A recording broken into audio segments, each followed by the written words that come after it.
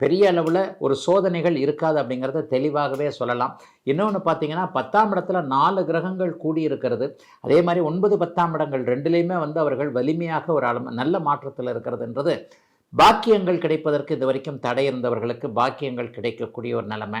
திருமணம் இந்த வருஷ கடைசியில் ஆகக்கூடியவர்களுக்கு அதற்கேற்றாற் போல தை மாதத்தில் ஏதாவது உறுதி இந்த மாதிரியான விஷயங்கள், வெளிநாடு வெளிமாநில விஷயங்கள் சரியாக நடக்கலைன்னு நினச்சிக்கிட்டு இருந்தவங்க எல்லாருக்குமே அதற்கான அனுமதிகள் கிடைக்கக்கூடிய அமைப்பு, புதிதாக ஏதாவது கிளைகள் திறக்கிறது அல்லது வீடு கட்டுறது, ஏதாவது ஒரு வகையில் சுப விரயங்கள் ஏற்படக்கூடிய தன்மை. இது வரைக்கும் சேர்த்து வச்சிருக்கின்ற ஒரு பணத்தை வச்சு நான் இந்த தொழில் ஆரம்பிக்க போகிறேன் அல்லது வீடு கட்ட ஆரம்பிக்க போகிறேன், இந்த நிலம் வாங்க போகிறேன், இது மாதிரியான சில விஷயங்களை செய்ய போகிறேன், இதை சரியாக வருமான்னு நினைக்கிறவங்கள எல்லாத்துக்குமே நல்ல விதமாக வரும்.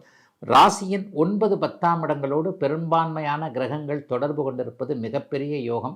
11ஆம் இடம் லாபஸ்தானம். இப்போ பார்த்தீங்கன்னா 9, 10, 11, 12 வரிசையாக கிரகங்கள் இருக்குது. 9ஆம் இடத்துல ஆரம்பத்தில் செவ்வாய், அப்புறம் 10ல் இருப்பார், 11ல் ராகு இருப்பார், 12ல் சனி இருப்பார். இந்த பாவகங்கள் வலிமை அடைந்திருப்பதன் மூலமாக எதிலும் ஒரு நன்மைகள் கண்டிப்பாக இருக்குங்க.